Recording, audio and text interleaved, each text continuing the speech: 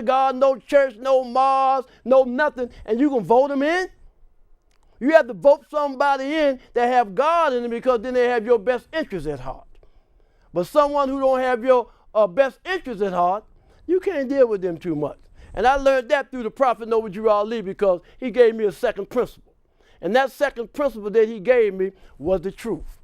Now, let me get back into this voting situation, because all of us here in Portland of African descent is out of order if we don't vote, if we don't deal with politics. In 1913, and at the first convention that we had, Noble Ali had aldermen and senators and congressmen, and they was members of the Moorish Science Temple of America. And a lot of us here, we say that, well, ain't no need to be voting because they have electoral votes. And he said electoral votes gonna win anyway. Man, there's been a lot of times they had electoral votes. But when they see that the people is speaking, then we're gonna win that. We're gonna win that, same as with Obama. They didn't want him in there probably, but he's a part of the whatever, but they didn't want him in there, but they had to put him in there because everybody voted him in. See, and that's what it's about, because he had the spirit in him to help a people. Same thing that he's doing over there with Cuba. That's the spirit in him. No one else would have done that, but that's in his DNA. That's in his father's DNA. He learned to love instead of hate. He's looking out for fallen humanity. See, everybody don't look out for fallen humanity. Just like I said about that brother Chris Rock, he going with his brother. And a lot of us, we don't care if you're right or wrong. They say, man, I'm with you, whether you're right or wrong. Don't be with me when I'm wrong. Be with me when I'm right, because the higher self is justice, mercy, love, and right. You got to do right. To be right is be with God. And if you don't do right, then you're not with God. See, there's two things in the world. See, every prophet that ever came to this earth brought us one thing. And what that prophet brought us was a religion.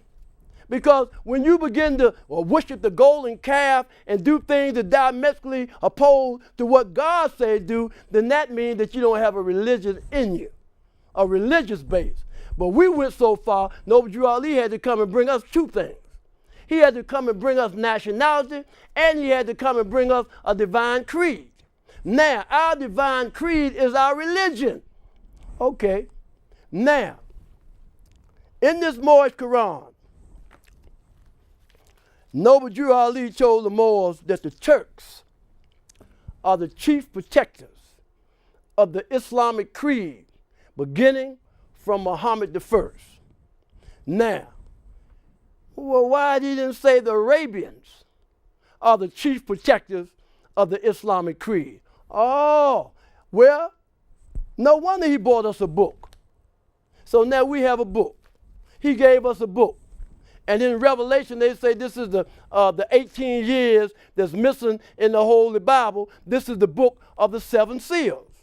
And when I look at 7 chapters in this book, I find 7 chapters in this book that you'll find nowhere else in the world but in the Moorish Science Temple of America. And one of the things that I found in this book that I've seen nowhere else is when they was talking about Noah's 3 sons. And his 3 sons are Ham, Shem, and Japheth. But in every other set that I hear, even some Moors who still got the Christian mentality, they still see Ham as being the second son when they tell you that Africa is the cradle of civilization and it comes from Ham, the one that's supposed to be cursed. Yeah, I've been cursed. I've been cursed because I done took on some concepts and some ideologies that had nothing to do with me. That had nothing to do with me as a people. Now our brothers and sisters, man, we into like the women was on the thing talk. We're into oral sex. We're into freakism. We're into all these different things. But can you picture Mary like that? Can you picture Elizabeth like that? Can you picture Jesus like that? Or can you picture Muhammad like that? See, when Allah, God, Jehovah, or whatever you want to call him, when he sent us a prophet, he sent us a prophet with a curriculum for us as a people. Now, politically, religiously, socially, and economically. You know, a lot of times we have our own customs. We have our own culture. We have our own heritage. We have our own tradition. But what we have done, we just took on somebody else's customs, culture, heritage, and tradition. And that's why we're in the position that we're in today as a people. So what am I talking about? You know, the way that some people pray, the way that people see God or view God, the way that their concepts is, the way that their ideologies is. Everybody don't see it the same way. But what we done did, we done took on somebody else's concept and we done took them as our own. And this is not what our forefathers gave us. Because man today is what his forefathers was yesterday. And there's no one who's able to change man from the decent nature of his mother. Now we're talking about a decent nature. We're talking about a nature. And we're not talking about a nature that springs forth from fleshly things. Now, you see that flag right there? The red flag with a 5-pointed green star in the center. This flag was flying in the United States when it wasn't even being flown in Morocco. Because Morocco didn't get its independence until March 2nd, 1956 from under French rule. So there was a principle to go with that. Each one of those corners of that star represent love, truth, peace, freedom, and justice, which are the highest principles known to man. So I'm telling you the truth of the matter. So now what we're going to do? We have to learn to love instead of hate. So if we have to learn to love instead of hate, the first person that we need to learn to love is our own self. See, we don't love ourselves. We hate ourselves. That's why we do the things that we do to ourselves. Let me share with you what I'm speaking about. I went to a meeting with a brother the other day. We went to a NA meeting. And the brother has been offered liquor for 25 years. But because of the mentality that he has taken on, he's still going up in the place and say, my name is Joe Blow, and I'm an alcoholic. See, that's another form of slavery. See, that's another form of being in slavery. Slavery is a thought pattern. Slavery is a thought pattern. Slavery is a thought, it's a mindset. See, a lot of us keep thinking that we're free, but we're still locked up in slavery. The reason why Rome took the chains off of our hands and off our feet, because he had our mind.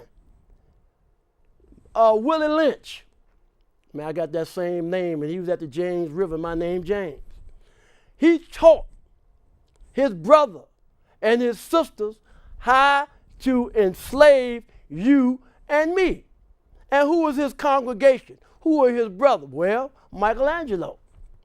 Michelangelo and James Stewart was real close. Now, James Stewart is the one that you call King James. And you ain't never looked that up.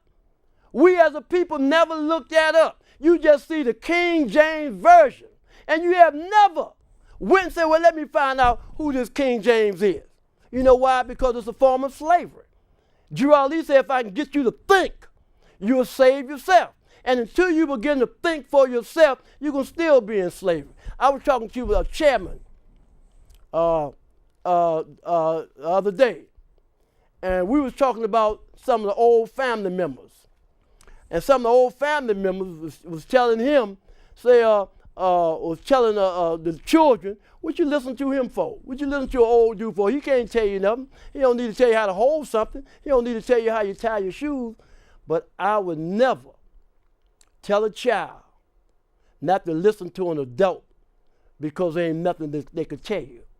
That don't make sense. When someone tell you that, then that means that they still in slavery. See, slavery is a state of mind.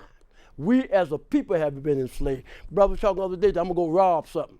You gonna rob what? You gonna rob a store? These Europeans take countries and nations and governments, and we tell them to rob in the store so we can get a few dollars. But what we need to do here in Portland, Oregon, we need to find us a politician that we can support. And I guarantee you that the whole Portland, Asiatics here in Portland, they're thinking for themselves, you know, will vote for that particular individual. What I mean by thinking for themselves, man, I looked at the paper the other day, and I seen all of these brothers that play professional sports. They put a t-shirt on and say, I can't breathe. This is something new. Because many years ago, when Noble Drew Ali first came, they went to him and said, man, I don't know what's wrong with Drew Ali, man. I don't know what's wrong with him, boss. He's telling us that we need to go to the temple. He's telling us that our religion ain't Christianity. He's telling us that Michelangelo was Christian to paint the picture of Jesus, and he used his own family members, and he's telling his people that now they got Jesus looking like a European. I don't believe that Jesus was born in Bethlehem of Judah in the house of David. Well, it's a principle. And these are some of the things that Noble Drew Ali brought us. He told us this in this literature that we have right here. See, Drew Ali told us in this literature that we need to worship under our own vine and fig tree. See, when you worship under your own vine and fig tree, then the customs, the culture, the heritages, and the traditions of another people have no reference to you. See, but we don't want to do that. The only thing that's good to us is something that somebody else give us. If our family give it to us, if the prophet give it to us. That's why I know what Drew Ali told the Moors, say, if you want a European Grand Sheikh, I can give you that too. And the reason why he said that, because we're not going to listen to our own. We're going to pay our own no attention. And you know what I found out? Most of us that got brothers and sisters and supposed to be religious in the Catholic Church or wherever they are, watch their offsprings. Watch the character of their offspring. And the reason why you see a different character in their offspring than in them is because the essence of them is in them babies, and they know it too because they can see. See, that's why we say the household, the community, and then the world. See, and in your household is where you first get your first education. All the babies that you hear cussing, they come out the household. All the babies that you see that's fornicating and ripping and running is coming out their household. So now what are we going to do about that? What are we going to do about that? We're going to have to learn to love instead of hate and teach these babies. We got to pull our children, because that's what it's about. It's about the children. It ain't about no old. Drew Ali said he come for the young and yet born. He said the old can follow if they want. Now, who is Michelangelo? Michelangelo was Christian to paint the picture of Jesus and use his own family members. You know, now him and James Stewart, who you call King James, they best of friends. They sat at the same council. And our minds are so corrupt that when we was expelled from Spain in 1492, they said that the Moors was expelled and the Jews was expelled, not knowing that the Moors and the Jews are the same person. Because from the east comes all light. And though the sun was hanging at high noon, the blind cannot see the light.